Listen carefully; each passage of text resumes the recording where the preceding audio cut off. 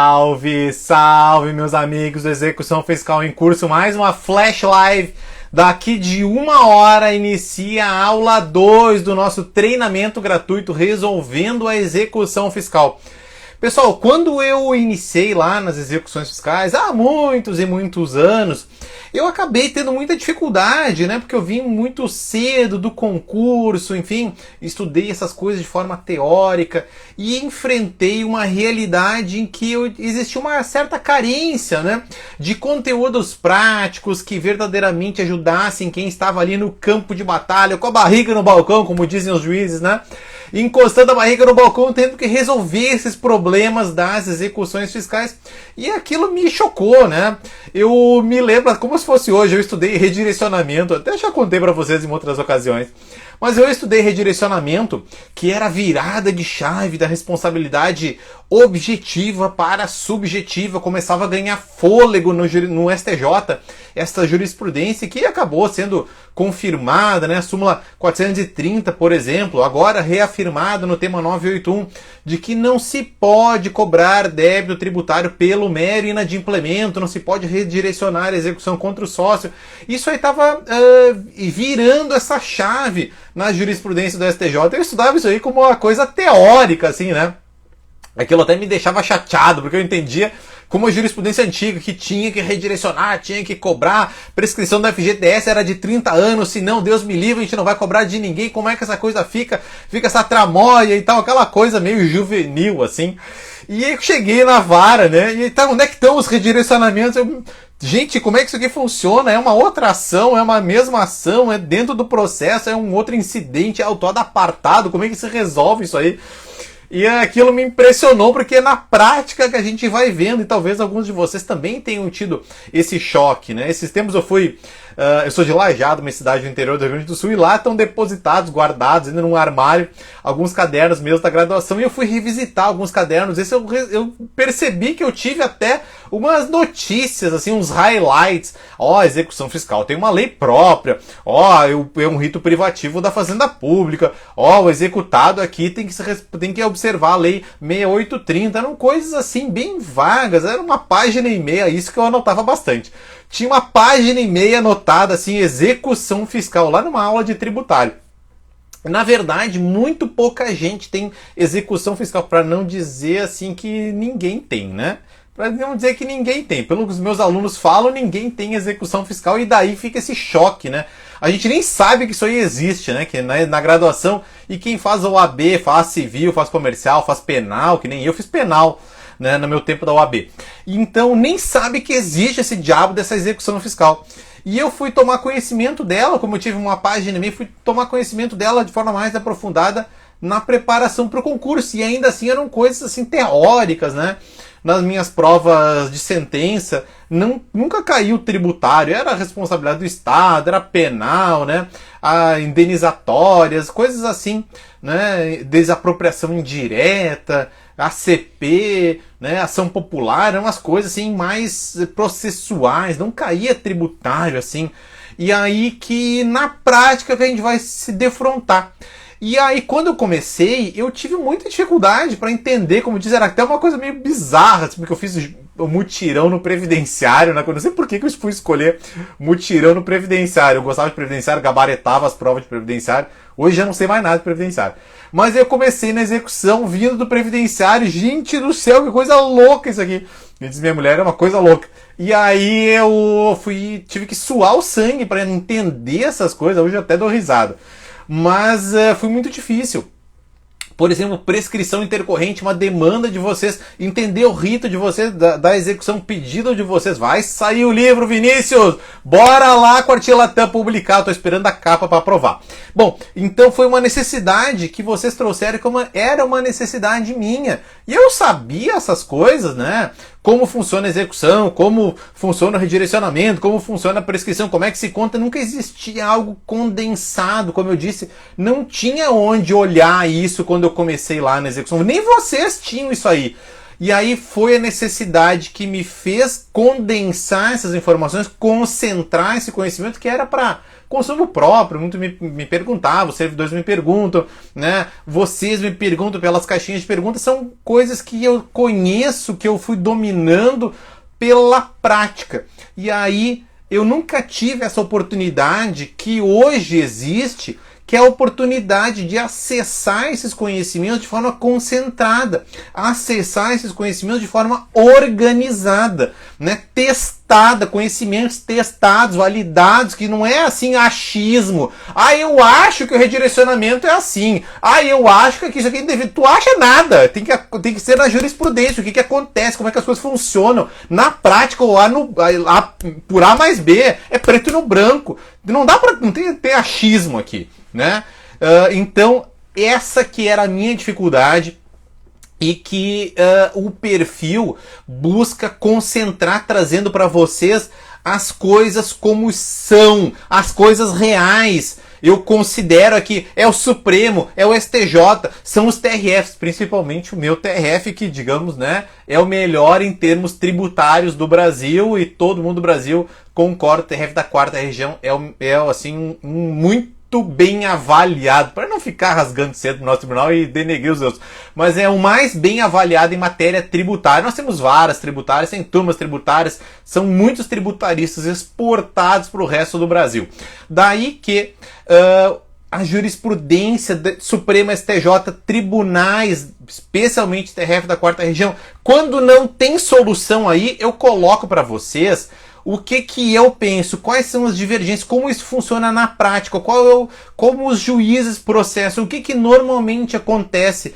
Às vezes vocês olham umas perguntas muito loucas, assim, eu adoro essas perguntas. Falava semana passada com um amigo meu que é juiz, e foi juiz nas execuções fiscais. De vez em quando até me aconselho com ele. Aí a gente comentava assim, e ele disse, cara, é fantástico porque essas perguntas, tu nunca ia imaginar essas perguntas. E aí eu lembro sempre... Eu fui aluno na graduação, vou contar uma historinha. Eu fui aluno na graduação do ministro Theory. O ministro Theory, ele estava escrevendo naquela época comentários ao Código de Processo Civil da RT. É um livro vermelho, é a parte inicial, claro, CPC de 73, né?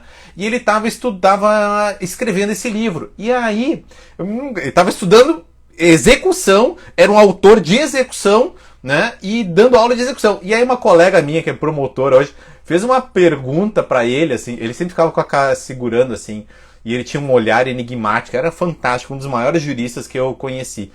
E foi presidente de uma banca do meu concurso, foi presidente do tribunal quando eu tomei posse no concurso, né? E ele tinha um olhar enigmático, assim, e ela fez uma pergunta de execução, era aula de execução, era processo civil 3. E aí ele, o autor de execução, ela fazendo uma pergunta, ele olhou assim, eu lembro como se fosse hoje. Eu nunca tinha pensado nisso. E é isso que eu sempre uso de exemplo. Tem coisas que vocês me perguntam que eu nunca tinha pensado. Então é uma realidade muito rica que às vezes a gente não encontra na literatura, não encontra sequer na jurisprudência. Eu nunca tinha enfrentado, eu tenho que me pensar. E é por isso que eu dou uma solução que eu penso, mas eu ressalvo. Olha, essa é uma solução que normalmente é uma situação e uma solução que a gente normalmente não enfrenta. Hoje mesmo me fizeram uma pergunta, não vou perder tempo agora tentando relembrar, mas são situações novas e isso que eu trago para vocês, uma forma diferente de estudar. Porque a gente tenta estudar livro de processo tributário. Poxa, o melhor autor do Brasil, James Marins. Gente, não dá para estudar agora aqui, vamos ver, tem mais de 1000 páginas, tem 980 páginas esse livro. Tentar encontrar uma solução aqui no James Marins, que é excelente, é fantástico, um dos melhores autores de processo tributário do Brasil, um dos maiores juristas brasileiros. Não tem como a gente buscar uma solução. Então eu tenho que trazer uma solução pronta para vocês. Esse é o meu propósito, compartilhar soluções testadas, aprovadas, e é de uma forma diferente de estudar, porque a gente fica gastando tempo, fica buscando coisas dispersas. Nada melhor que um conhecimento concentrado. Esse é o meu trabalho por aqui e é essa tônica, filosofia que está por trás, subjacente, do Técnicas Altamente Resolutivas. Vocês aproveitem a aula de hoje, por favor, não precisa comprar o técnico, não precisa se inscrever, mas aproveitem a aula de hoje, vocês vão ter 5 exemplos de soluções aplicadas na prática, casos resolvidos, como isso pode ser simples, né? Eu li uma frase no Congresso, acho que foi, enfim, em algum lugar que eu vi, que assim, não existe óbvio, o óbvio precisa ser dito, o óbvio precisa ser mostrado, né? Talvez para alguns isso possa parecer óbvio, mas para a imensa maioria não é óbvio. Então, eu quero dizer para vocês que as soluções podem ser mais simples, não é? Podem ser mais facilmente buscadas, podem ser mais habilmente aplicadas para, afinal de contas, produzir resultado, o melhor resultado possível. Canso de ver resultados que não são tão produtivos, agora há pouco mesmo, não são tão produtivos, poderia ser melhor aproveitado, trazer novas abordagens que, por um lapso, por desconhecimento, por falta de intimidade com a matéria, não são mais bem aproveitadas essas soluções. Eu quero que vocês melhorem essa produção de resultados no processo, para o cliente, para encaminhar o processo, para encaminhar, inclusive, não é, a melhor produtividade do judiciário. Ninguém aguenta mais ficar malhando em ferro frio sem ter resultado. E isso vale para todos, vale para o juiz, vale para a fazenda pública, vale para o executado, vale para os co-executados, para os administradores judiciais. O que a gente quer é resultado, a coisa funcionando da melhor maneira possível. Eu quero que vocês tenham resultados e esta é o meu propósito, compartilhar conhecimentos para verdadeiramente multiplicar conhecimentos de vocês. Eu aprendo também, a gente testa, não é, conhecimentos que eu não tinha enfrentado antes, situações que eu não tinha pensado antes, que nem aconteceu com o Ministro Teori. Daí que, muito obrigado a todos vocês que participam, aproveitem a aula, e a aula de amanhã, pelo amor de Deus, não percam a aula da quarta-feira, porque a aula da quarta-feira, vocês nunca viram nada parecido, nunca viram nada igual, nem em pós de processo, nem em pós de tributário, nem em mestrado. Eu desafio vocês terem visto isso aplicado, como eu trago na terceira aula da quarta-feira, né? A solução como trazida para vocês, e vocês tudo vão poder aplicar no mesmo dia. As de hoje, se vocês tiverem um caso que já invoquem essa solução, podem aplicar. Não começou ainda, é 19h47 o horário, vocês vão receber o link como ontem. Ontem teve um pequeno atraso, acabei mandando por direct, pode marcar, vou deixar marcada a Thailand aqui, também vocês podem acionar a Thailand, ela vai compartilhar com vocês o link, eventualmente, se houver algum atraso. Ontem atrasou uns minutinhos, o servidor de e-mail andou dando um crepe, mas assim, já a equipe ligou, testou lá com o servidor, e parece que tá tudo ok. Vamos rezar que dê tudo certo.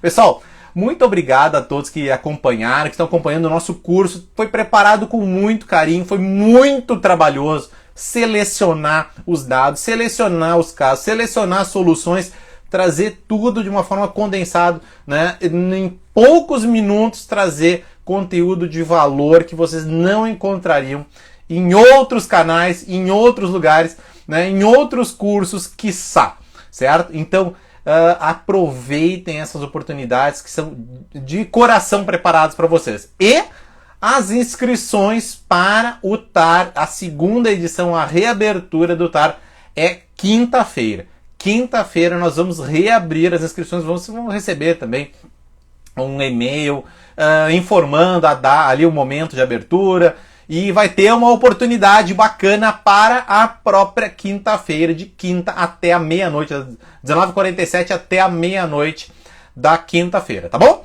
Então, fiquem ligados. Vários me perguntaram quando é que abre, quando eu quero me inscrever, já está disponível. Vai ser quinta-feira, tá? Quinta-feira, então, depois de amanhã, vai abrir a inscrição para a segunda edição do TAR, mas não percam o curso gratuito. Eu preparei com muito carinho, suei o sangue aí para preparar isso para vocês, então quero que vocês aproveitem. Eu tenho certeza que na aula de hoje vocês vão recolher soluções, 5 soluções que já vão poder aplicar, tá bom? Muito obrigado a todos que acompanharam, fica gravada, pode assistir várias vezes, né? É só pegar o link que está lá no e-mail, responde perguntas de casos concretos. Eu não posso, o Estatuto da Magistratura veda o juiz se manifestar sobre processos específicos pendentes. Eu dou respostas teóricas que vocês podem, né, bem construir a solução do caso. Eu apresento todas as soluções, né, teóricas e jurisprudenciais, mas eu não dou consultoria, tá? Não é um curso de consultoria. Inclusive, o módulo introdutório eu apresento isso aí para vocês, né? Não é uma solução assim, eu vou olhar o processo de vocês, isso eu não posso fazer, tá?